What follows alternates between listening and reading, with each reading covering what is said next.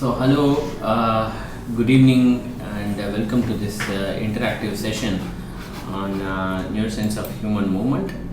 I'm happy to meet with the students one more time. I know this is a Thursday, but I hope since we scheduled it in the evening, there will be at least some of the students who will be able to join. Next time when we schedule, I'll ensure that we are scheduling it in a weekend, so there will be more people who will join. So I look forward to your comments, questions. Specifically, last time we had a very nice session with a set of students. Queries about what kind of programs are available, what kind of opportunities are available in this field. Queries about if there are short-term programs available. Queries about what could be commercial value of this kind of studies. Those were the questions that were asked, so I was able to discuss with a bunch of students. So I'm just waiting for any questions that you might have.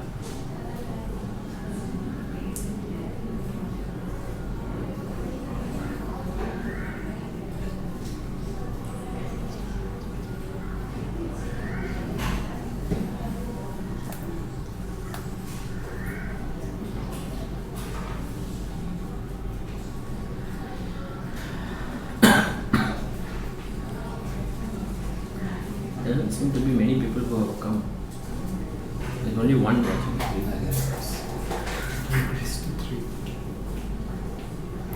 So there are some two watching now. You are the second.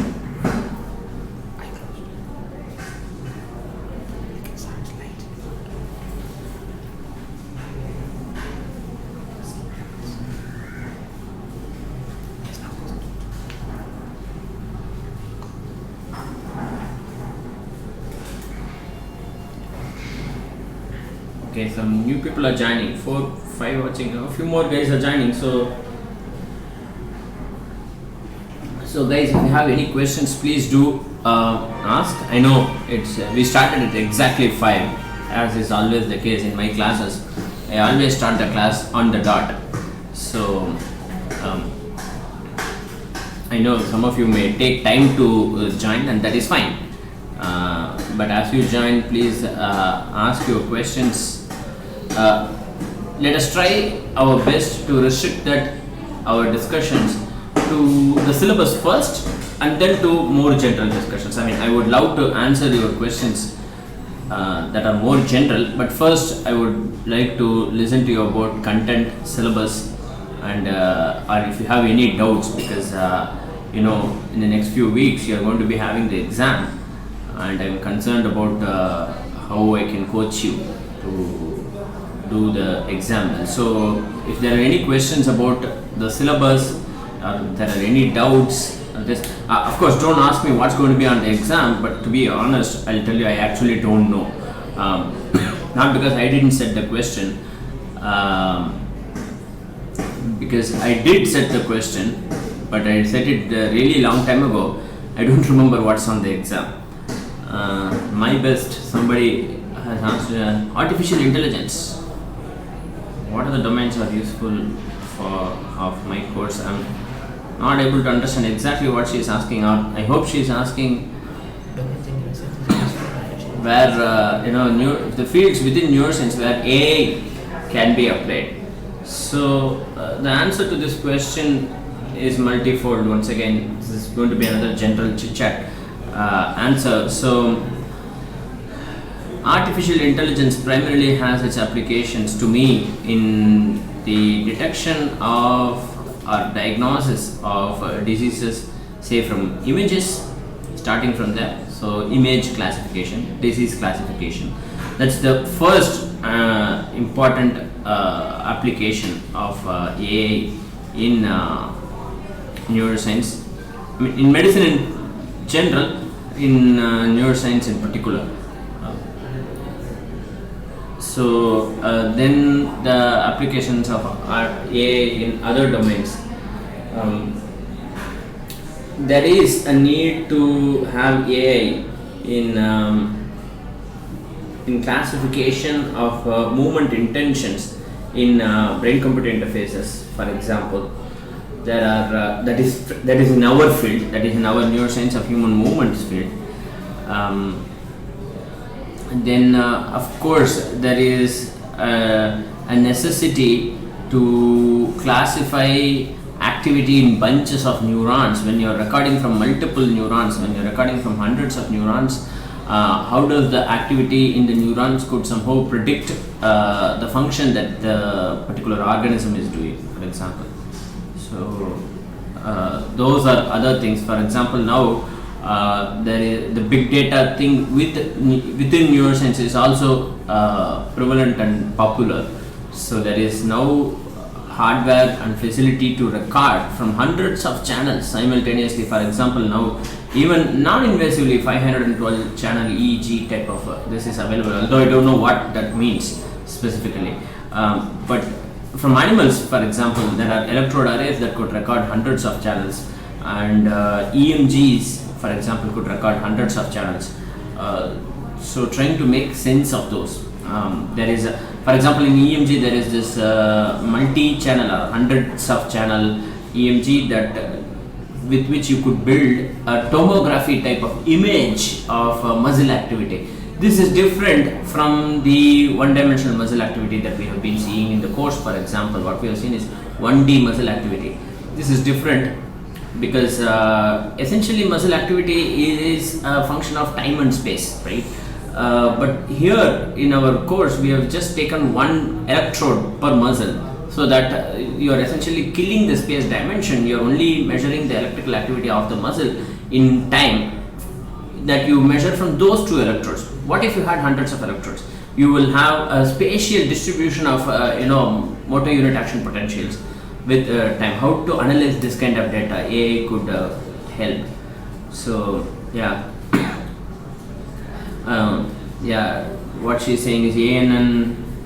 Yeah, these are hard topics: artificial neural networks, convolutional neural networks, natural language processing, for example.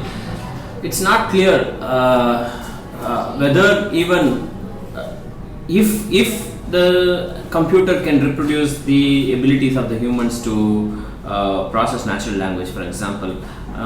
Something that I say in classes is don't take notes verbatim. Whatever the professor is saying, just don't note it down. Try to summarize that in your own words, because there is a difference between the two.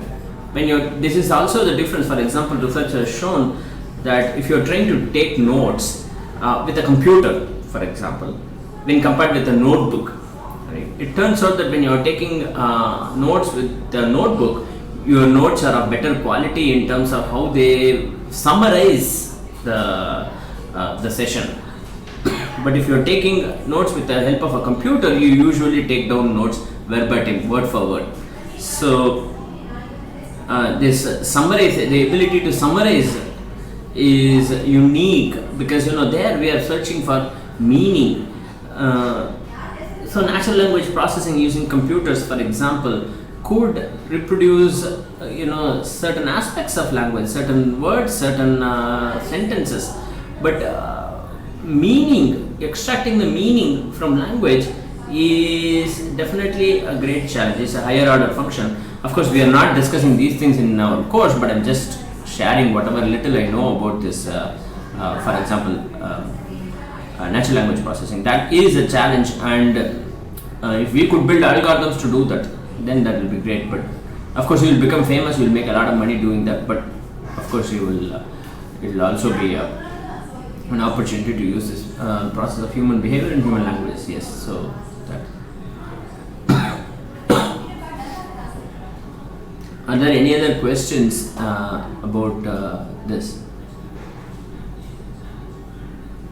So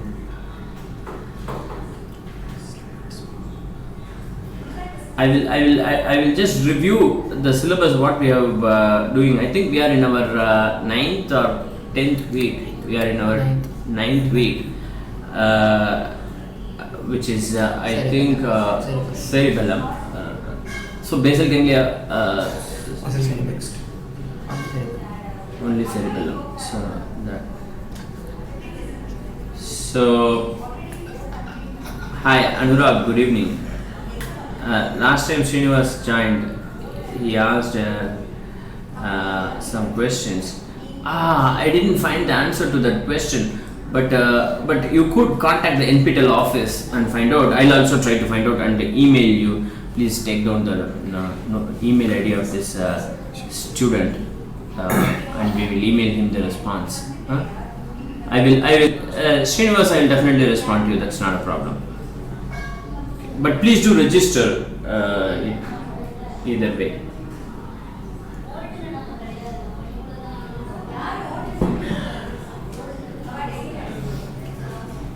So Anurag Gupta, good evening, Anurag.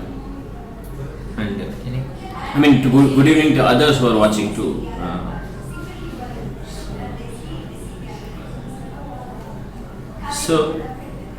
Okay, physiosrinivas for you at gmail.com.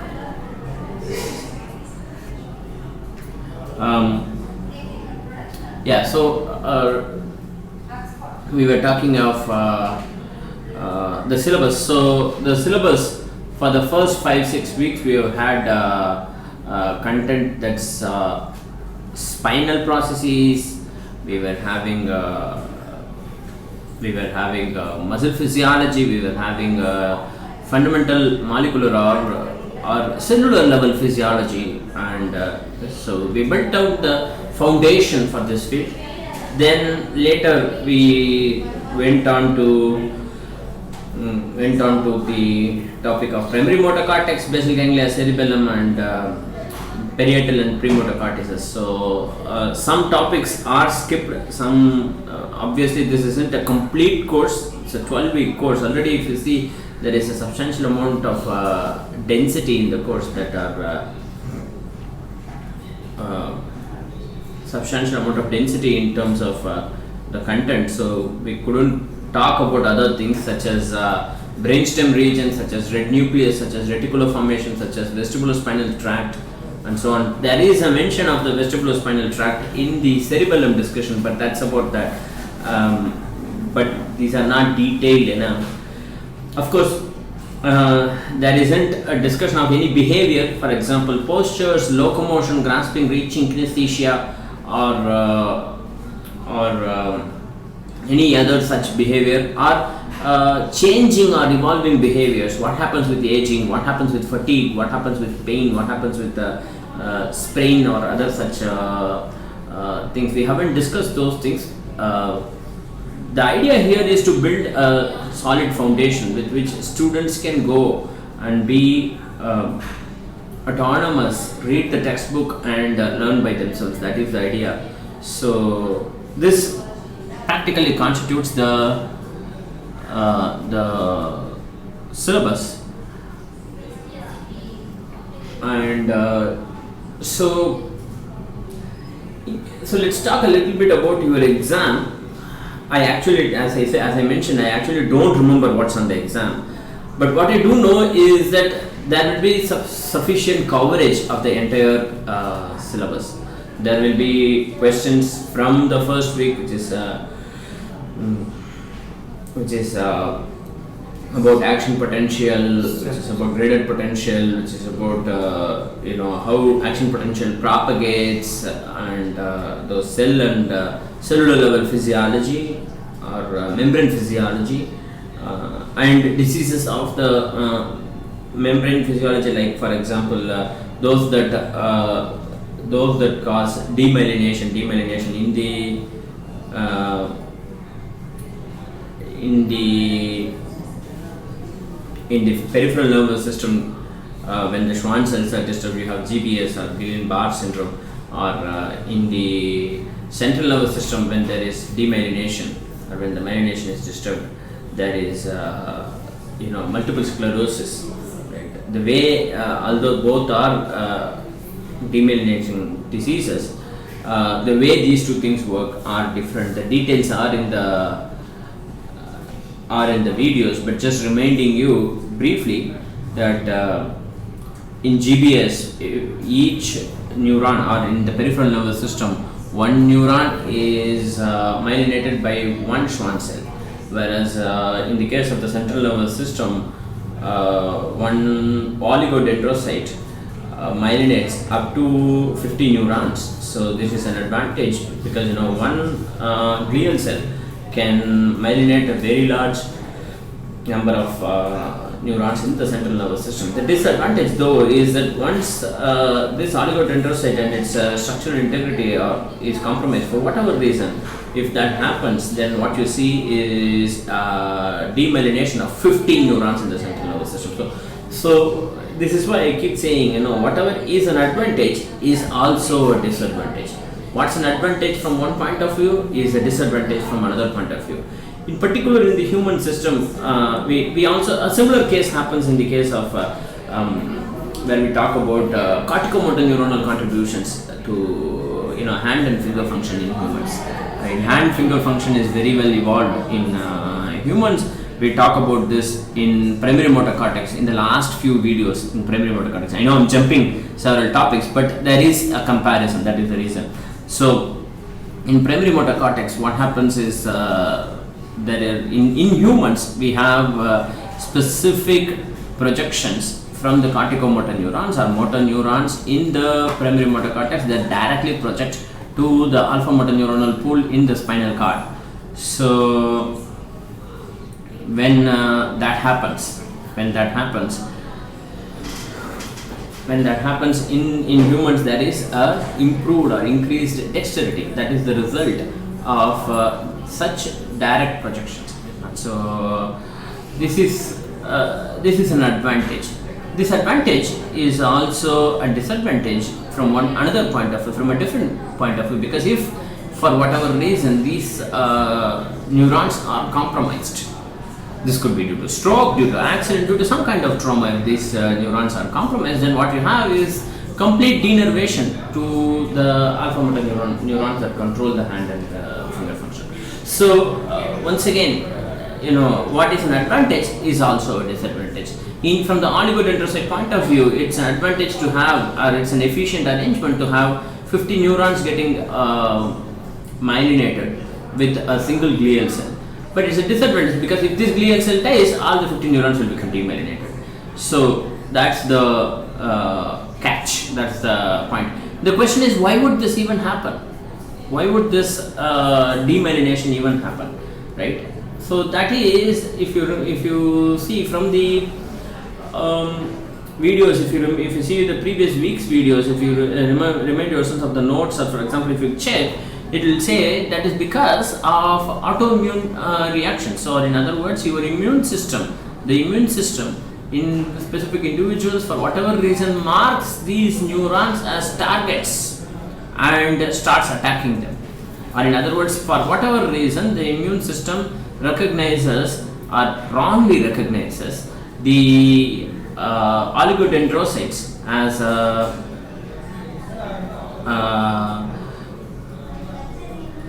so these oligodendrocytes as foreign bodies and then attack them. When this attack happens, so this causes death of these neurons. The question as asked by Varadhan is, can these cells regenerate? The answer is yes. If you see the videos, the earlier week videos, you will also remember that these cells can indeed regenerate. But usually what happens is that they regenerate faster than the rate of degeneration. So there is a rate at which the cells are dying, and then there is a rate at which new cells are forming. Right? So it turns out that as long as the rate at which the regeneration happens is faster than the rate at which the degeneration happens, or the rate at which the new life of the cell coming is faster, you will not have any symptoms. So there is a particular point at which the regeneration rate is slower than the degeneration rate.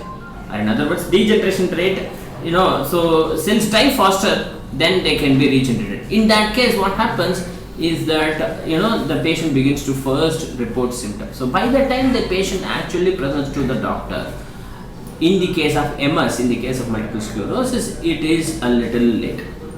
This is what happens. So by the time the patient sees the neurologist, by the time the patient sees the doctor, it's already a little late that because degeneration rate is already much faster than the regeneration rate. That is why the symptoms are there.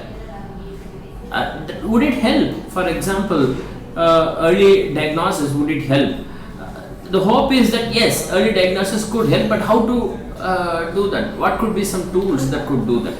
We are engineers, for example, here in IIT Madras, we are engineers, we are interested in building devices and tools that help in better diagnosis, better treatment. There are other scientists around the world who are interested in this, but what kind of tool could actually help? That is one. To earlier detection. Two is that what could you do with an earlier detection? For example, could you cure the disease? Could you prevent the disease from going faster? Could you prevent the disease from proceeding further? Actually, there isn't much to do. Even if you know earlier, there isn't much to do. But of course, preparation, management are the other things. And in the peripheral injury, the regeneration is fast because Schwann cells are there and oligodendrocytes are not there. So in the peripheral case, actually the problem is not as prevalent. So there is degeneration and then there is regeneration, and until regeneration you should ensure that the person is alive.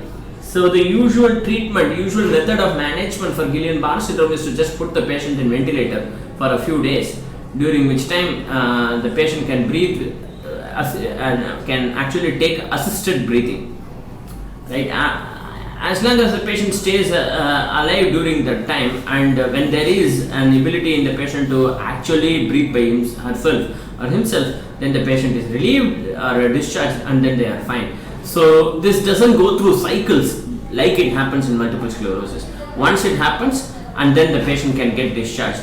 It does recur in some cases. In some cases, even then it's not. So the rate of degeneration is not faster than regeneration. So usually patients can escape from the GBS case, from the Guillain-Barré syndrome case.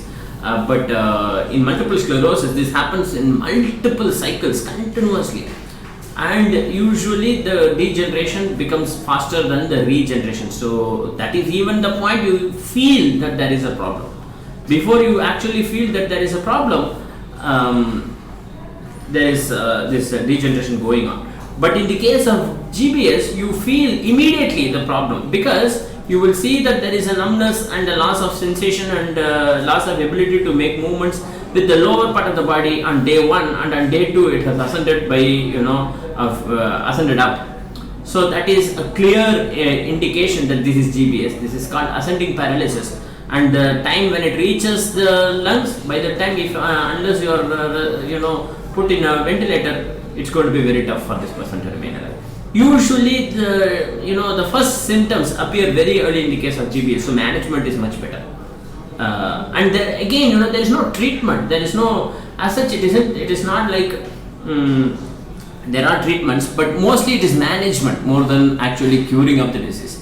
Mostly it is the system taking care of itself than a medicine that cures the disease. So that's the case of, we were talking of GBS and MS.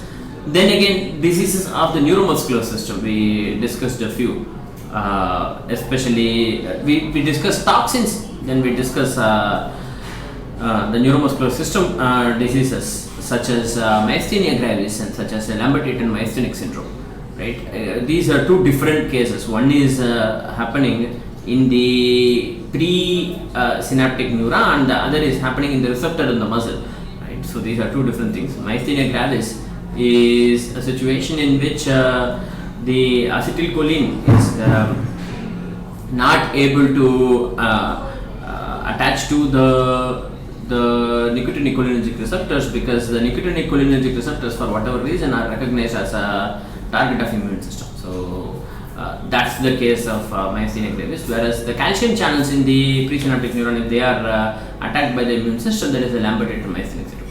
Typically very different symptoms.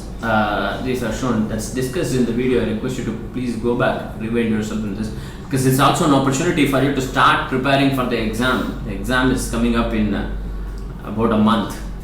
Within a month, maximum a month, right? So it's already September 26th. Next month we are talking. So, and the syllabus is vast, huge amount of facts to remember, and also I haven't even started talking about reflexes. I haven't even started talking about receptors. The way muscle spindles work, the way 1A afferents work, the way 2 afferents work, the way 1B afferents work, and the interaction of the interneuronal systems, the Renshaw cells,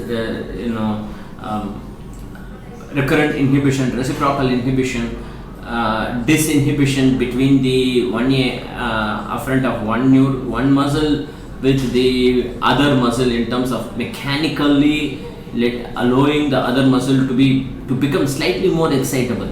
There are examples of negative feedback throughout the system. Note how many levels this negative feedback persists itself. So it must be very important for the system, for whatever reason, to have this negative feedback, to have this balance consistently from the level of spinal cord, from the level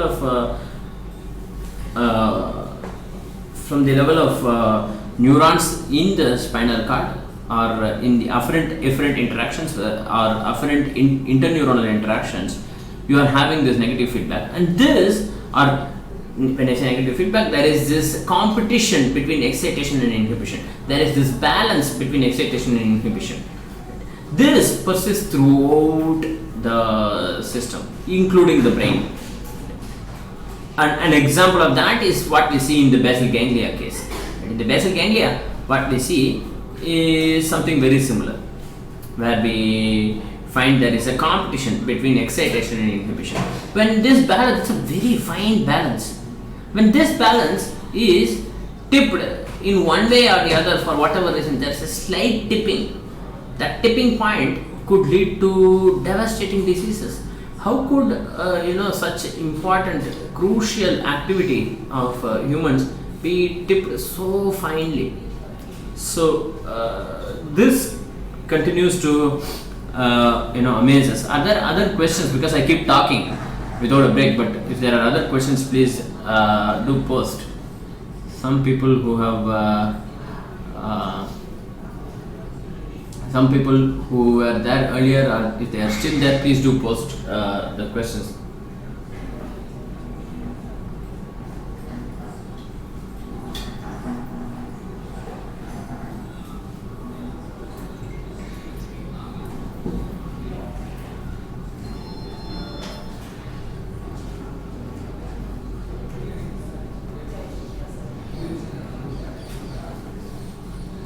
So yeah, as I was saying, I was talking about this balance between excitation and inhibition, this balance between these two aspects. So the example of that I was giving in the basal ganglia case, there is this model, or the rate theory, or the rate model of basal ganglia function, within which we talk about how excitation and inhibition are competing with each other in the direct pathway and in the indirect pathway. Right? In the direct pathway, which is primarily an excitatory pathway, whereas the indirect pathway is an inhibitory pathway. So the interaction between these two pathways essentially constitute, to a large extent, basal ganglia function, is it not? So not necessarily simple, but complicated function, not easily describable in a brief amount of time, such as this interaction. But the big picture, from big picture viewpoint, what you are seeing is this competition, is this balance between the two that is maintained.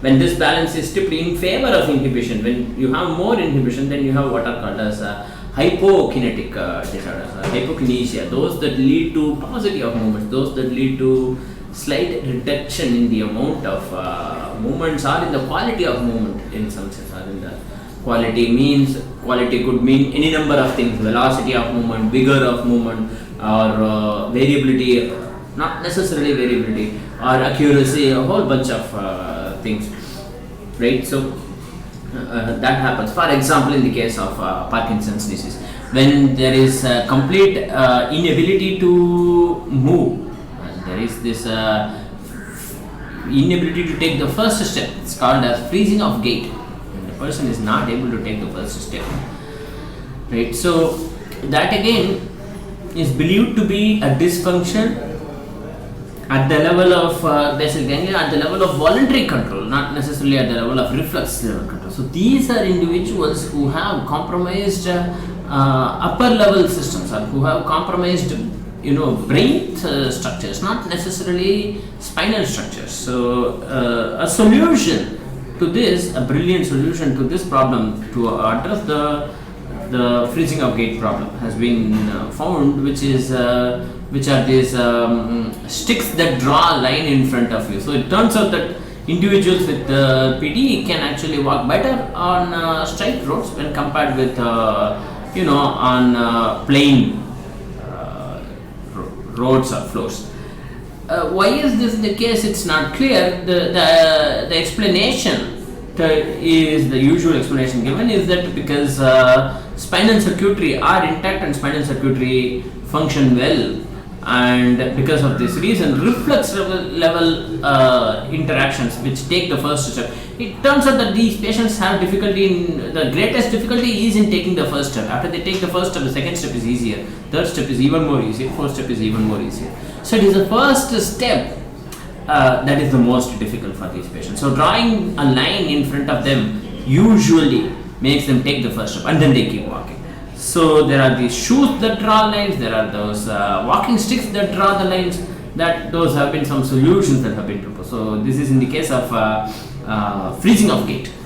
Then there is also a general paucity of movement, or general slowness, because you see, this is a hypokinetic disorder. This is what happens when there is a tipping of this balance between inhibition and excitation in favor of inhibition. Right? What could happen if this is happening, if this tipping is in favor of excitation? Suppose you have more excitation, what could happen? Once again, it's a finely controlled system. If there is a tipping in favor of excitation, then what happens? You will have more movements, or less controlled movements. So if two examples I can immediately give. One is Huntington's disease, in which people produce dance-like movements, not unwanted dance-like choreiform movements. That is the case of Huntington's disease. The other is a more violent form of hyperkinesia, which is called hemibalism, or balism or hemibalismus. Right? These two, the pathophysiology is different. These are two different. The cause of this is very different. In the case of hemibalism, it's usually due to a lesion or some kind of trauma or some effect in the subthalamic nucleus of the basal ganglia, whereas in the case of Huntington's disease, it's usually some sort of degeneration of the indirect pathway. Note what happens in the indirect pathway. What happens? What is it responsible for? Indirect pathway is an inhibitory pathway. So that means if the indirect pathway is working fine, there is going to be enough inhibition. So if the indirect pathway is compromised, or if the indirect pathway is lesioned, what happens is that it leads to a situation when the amount of inhibition is actually less. That leads to a situation where the excitation is more, or there is going to be more amount of movements, unwanted movements. So that is the case of Huntington's disease. If there are lesions or trauma or some dysfunction in subthalamic nucleus, this leads to a situation in which there is violent movements, ballistic movements that are produced. That is the reason this disease has a name, balism, hemibalismus, which produces violent dysfunction, violent movements. This is what I usually call this. I don't know what the video calls this. It's been a while since the videos were recorded. Usually call this as the Bollywood dance disease, right? So a situation in which the shoulder girdle and the hip girdle are moved in anti-phase to each other, like it happens in Bollywood item songs, for example. In a violent, very fast ballistic, that's more like this hemibalismus. Whereas those movements that are dance like, that are very graceful, that are usually associated with cerebral palsy, right? Graceful Indian dance, like Bharatanatyam type of gracefulness dance is called athetosis. Right? We discuss all these cases, athetosis,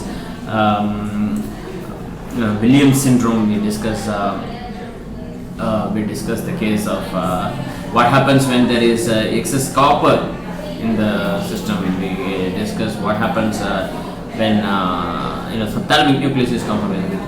We of course discuss Parkinson's disease in great detail. 3 lectures, I believe, 3 different videos in great detail. What could be the solution? What are the various options of rehab that are available? Levodopa as an option, deep brain stimulation as an option. And this I think we have digressed sufficiently. The point I was trying to make was that throughout the central nervous system there is a balance between inhibition and excitation, and this persists another day. I just wanted to give an example of BG in this case. And just take a break and wait for some more questions. Just take some water. Wait for people to respond. There are 11 people watching, but everybody is silent.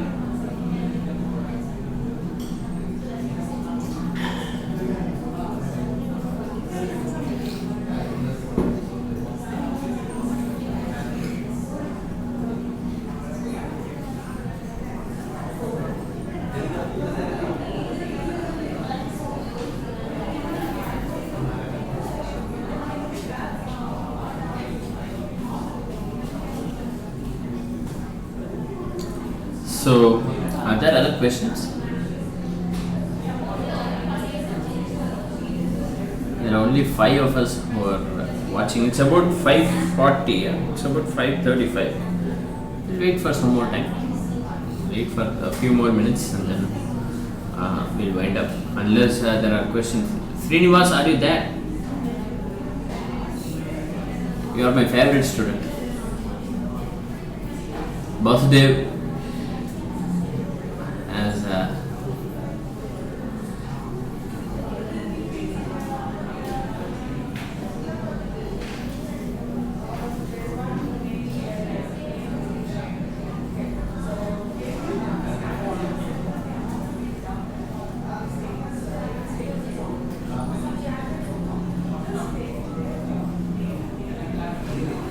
So, I was talking about the case of balance between inhibition and excitation. This also probably you realize that this is also present in other systems, other things that we probably did not discuss in this discussion.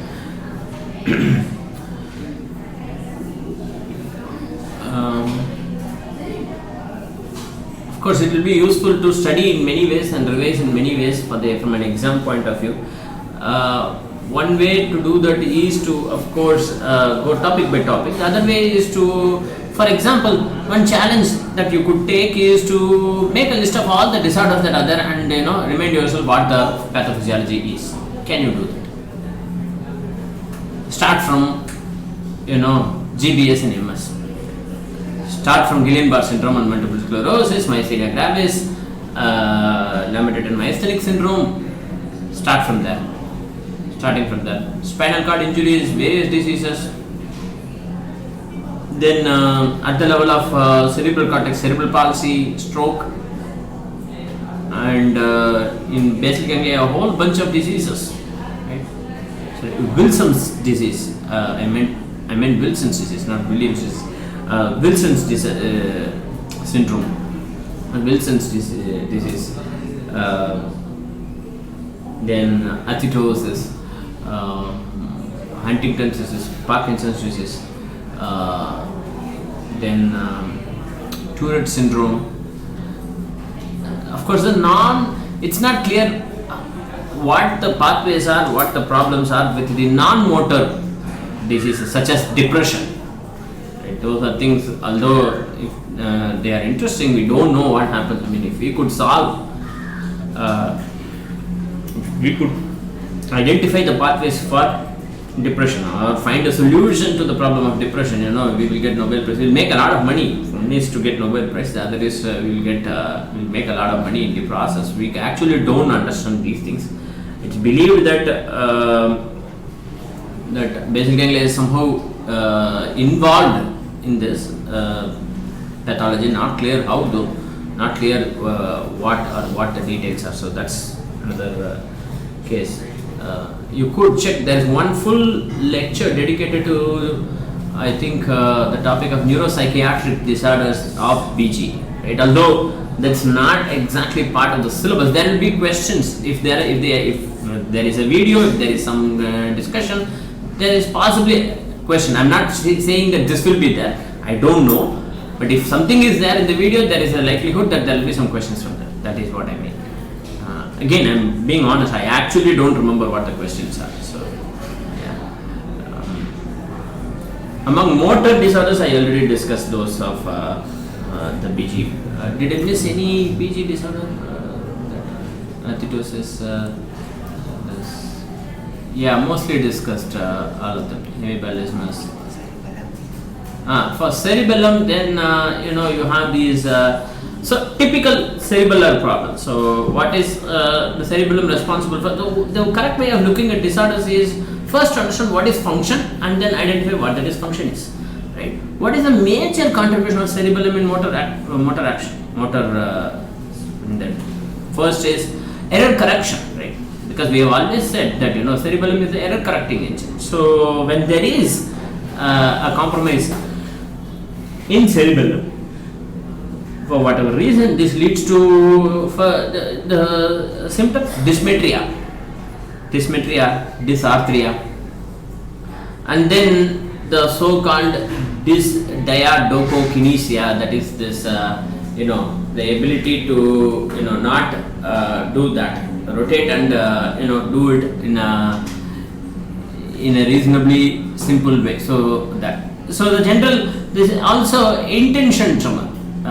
Very simple way of detecting that. So suppose there is a target there, or let's say that the target is there and I have to reach there. So healthy people will reach like that. So in the unhealthy case, in the case where there is intention tremor, as the person is trying to move, the tremor amplitude keeps increasing. Initially the tremor amplitude is small, but as the person is getting closer to the target, the amplitude becomes higher. This is very different from the other forms of tremor that you see in other neuro disorders, such as Parkinson's disease, such as essential tremor, such as healthy physiological tremor. This is marked difference, because in Parkinson's tremor you don't see an increase in amplitude as the person goes to reach the target, right?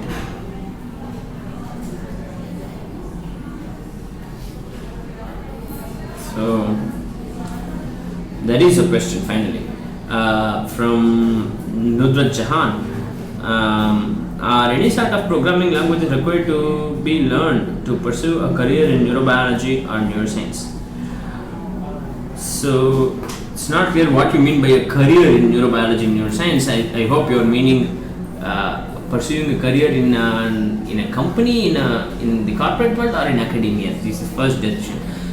In general, it's useful to know programming languages. It's always useful to know.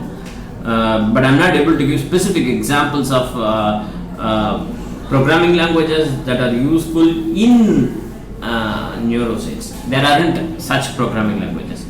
Generally knowing Python, MATLAB and is useful. Generally knowing statistical, it's very useful to know statistics. Generally knowing R programming and or some sort of Bayesian toolbox such as JASP is useful.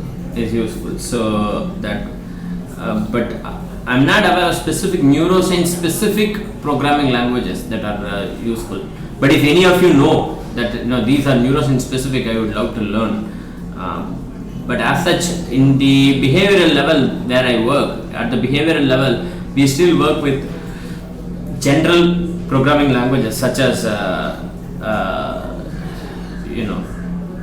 MATLAB, Python. So yeah, I mean, she's talking about career in research or academia, that general level programming is okay. I mean, multipurpose programming languages such as Python, MATLAB. MATLAB is more of a package than language, but yeah, Python and MATLAB package. Other tools. There are toolboxes that are useful. For example, if you're working in behavioral work, if you're doing behavioral work, there is a toolbox called in MATLAB. There's a toolbox called psychophysics toolbox. That's very useful to design and present targets to subjects. So this is called the psychophysics toolbox. All these are actually programs with useful in this. So there are specific languages. Oh yeah. So we were. Are there other questions, Nubra? So we were talking about disorder. That's one way of revising. Also, another way in which you could revise is to compare, physiology between different systems at different levels. I mean, the more you revise, the more time you take to look at these in different dimensions, the better will be your understanding, because the exam questions are not exactly expected to be straightforward and simple. Some questions will be involved. So my request is that please do read the question in the exam well, take your time. There is sufficient time, by the way. These are not hard questions, they only take time. So somebody has a question, but let me answer this as he is typing out his question. Let me finish what I am saying. Please do read the question carefully, then consider what could be the answer and then answer. There is sufficient time for you to give a good answer, because many times there might be some twists, there might be some tricks.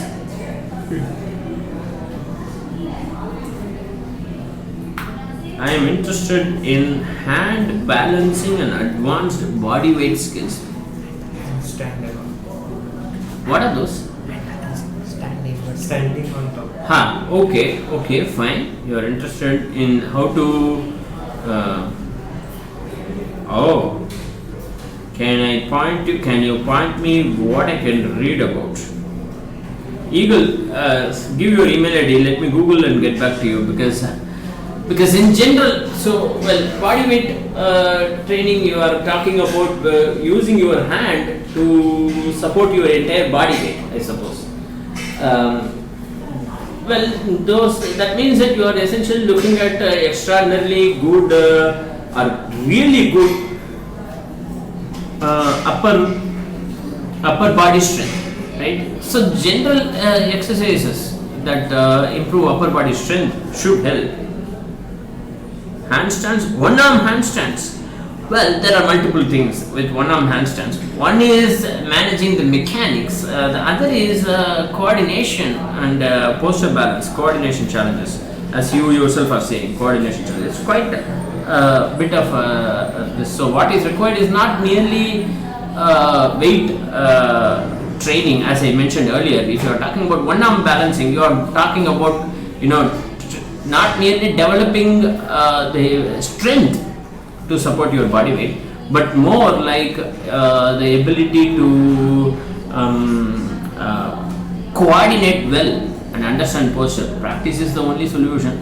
I am not aware of what resources are available for this. Let me check, because I work on hands, but I don't work on handstanding. So I work on hands as in fine movement of hand and fingers is something that I am very well aware of. But using the hand to support the whole body weight is somewhat new to me. How can you train scientifically? Well, learning, adaptation, regular thing. So I am not aware of specific super scientific approaches towards this. It's just, can you please explain how? Mossy Fiber. This is the other question. Okay, I'll first finish the question asked by Eagle and get back to you. So I am not aware of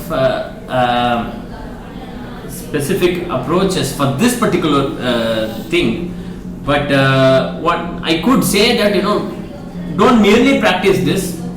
practice your skill well, but also practice other things. These are called cross trainings, and generally improve strength.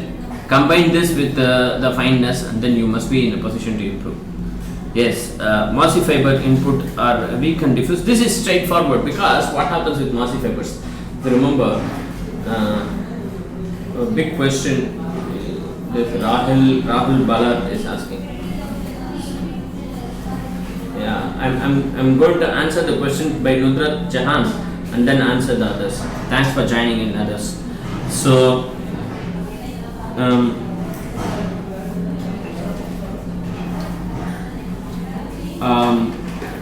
mossy fiber inputs. We are talking about mossy fiber inputs. So, mossy fiber inputs. So, mossy fiber inputs are inputs that are from everywhere except the inferior area. Is it not? So, these inputs actually stop at the level of the cerebellar cortex. They actually don't go to the molecular level. So, they stop at the level of, so if you remember, there are 3 layers for the cerebellum. This is called as the, molecular, Purkinje and granular cell level.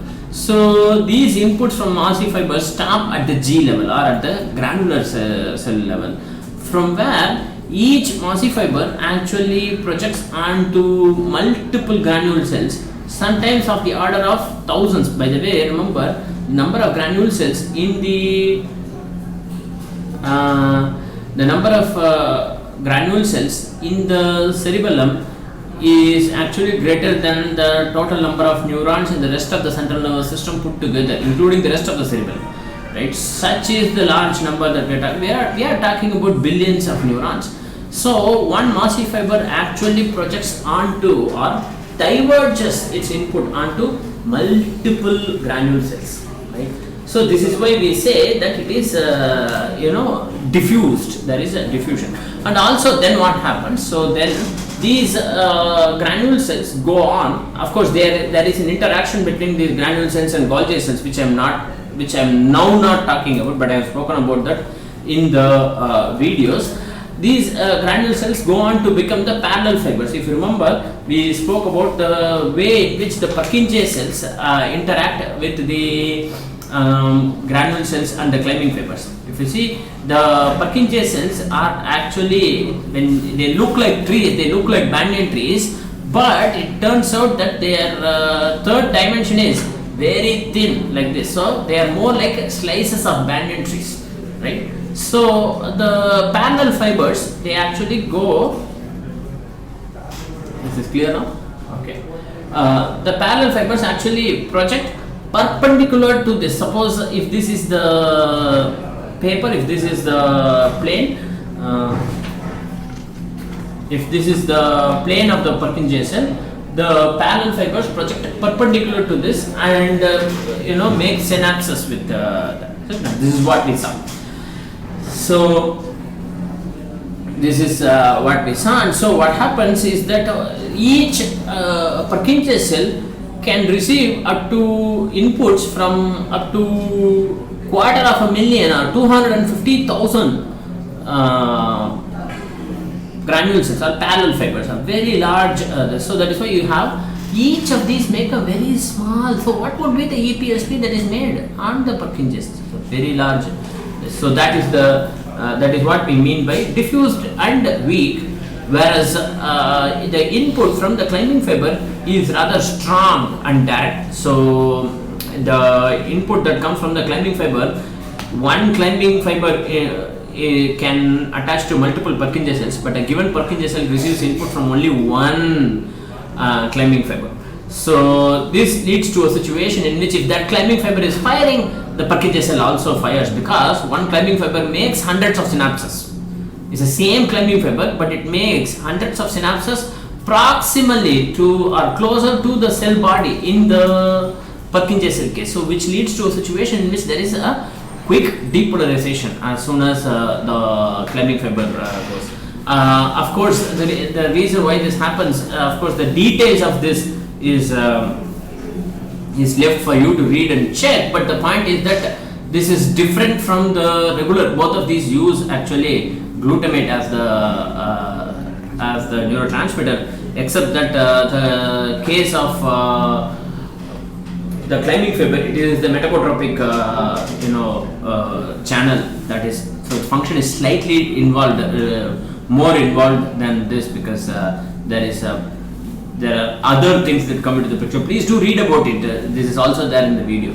So that's the difference between climbing fiber and mossy fiber. Rahul, I'm working under a research project in detection of Parkinson's using ML techniques, and I am currently writing a review paper on it. Excellent. I have done the online machine learning course. Can you suggest a good book for machine learning? So machine learning books, hundreds. There must be lots of video courses available. Although I'm not sure what is an accessible or easily understandable machine learning book. What are we looking for here? I mean, are you looking for it? It really depends, because the moment you say you are interested in machine learning, are you talking about the mathematics of that? Because then it's got to be quite important. Are you talking about straight applications of that? Because then of these there are many available.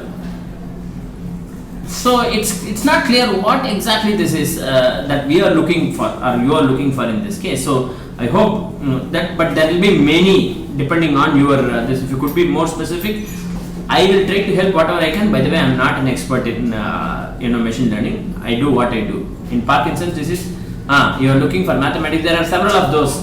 I'll email all of you public. Let's email them in public. There are many these. Some of these are actually available for free. Actually, some of these books are available for free. The other ones that are considered good are not necessarily free, but you know how to find them. You know how to get them. Okay, there is this question by Eagle where he talks about skill-specific chain optimization or something. So again, yes. So we are interested in optimizing that particular skill. Yet it is not clear how to do that. My request is, generally improve strength, practice your skill, also practice other related skills. Then I think you must be in a position to do well. Just because I think when you talk about coordination, I think you are talking about coordination at multiple levels, from the brain level to the level of spinal cord. So yes. So Rahul, yes, you are interested in research. Very nice to hear. So yes, we will. I'm glad that I'm having students who are interested in research. Somebody else also told that they are interested in research, interested in this. So it's about time for us to wind up, unless there is a last minute question or something. It's about time. It's 5:59, I think. It's actually 6:04, is it? Okay, different watch. In my watch it's 5:57, so it doesn't really matter. Related skills such as anything that involves upper limb, especially those that improve the reflexes, where you are. This is called cross training. Please Google for cross training for upper limb strength. Just Google for those. Where your reflex abilities for upper limb responses, such as you are picking up from. So suppose a person is throwing a ball in that place, and you are picking up from here, or you are jumping. That kind of thing. For example, there's anything that improves upper limb reflex sensitivity would be useful. Is what I think.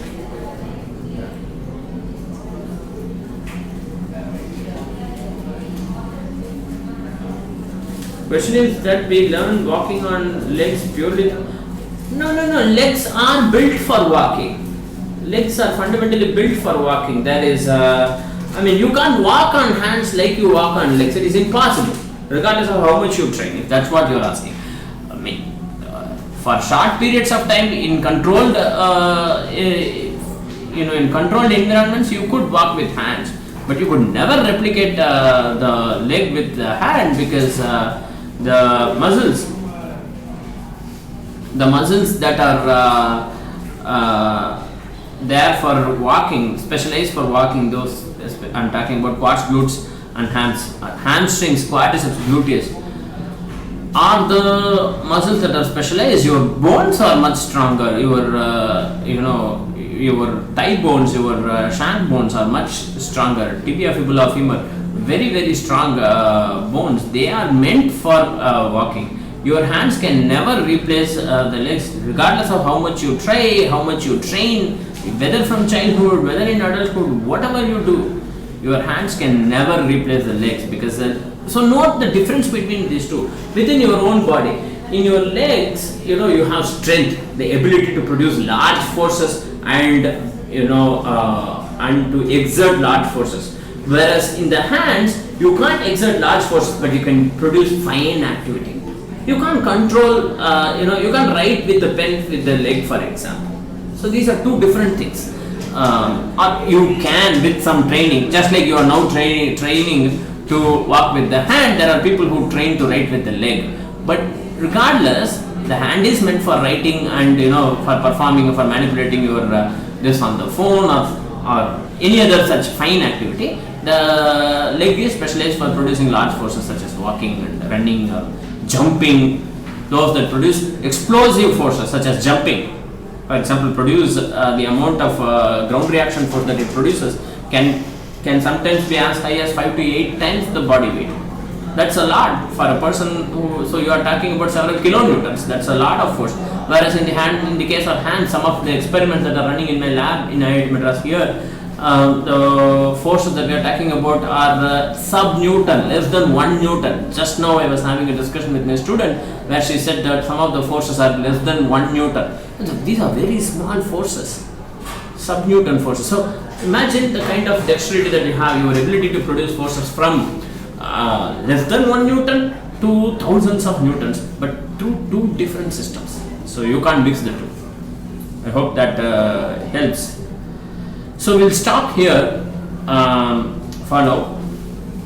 We will have one more session. Definitely we must have one more session before your exam. My request is please do prepare for your exam. Come with good prepared questions so I can help you with this exam preparation from the exam point of view. Systematic movement stimulus to elicit similar, not necessarily magnitude but in quality, adaptation responses. Eagle, could you please email me these questions? I will try to answer because I am not able to understand specifically what you are saying. Systematic movement stimulus to elicit similar, not necessarily magnitude but quality, adaptation in responses. I am not able to understand what that means. So essentially you are saying same quality. Well, if there is no magnitude, then there will be no quality. How could you walk with this? You could walk for a few seconds or a minute, but not completely replace, right? So that. All right. Thank you, everybody. Thanks everybody who joined. I also thank the students who couldn't join, but they will watch the video. Those who will watch the video later, because this will be available for you. An edited version, I hope an edited version will be available for all the students to watch. So those who missed can still catch up, and hopefully there will be some those who still have some questions, please do email in the forum. I'll be happy to answer. In our next meeting, please do come prepared for the exam with specific exam related doubts or other questions. I'll be very very happy to answer.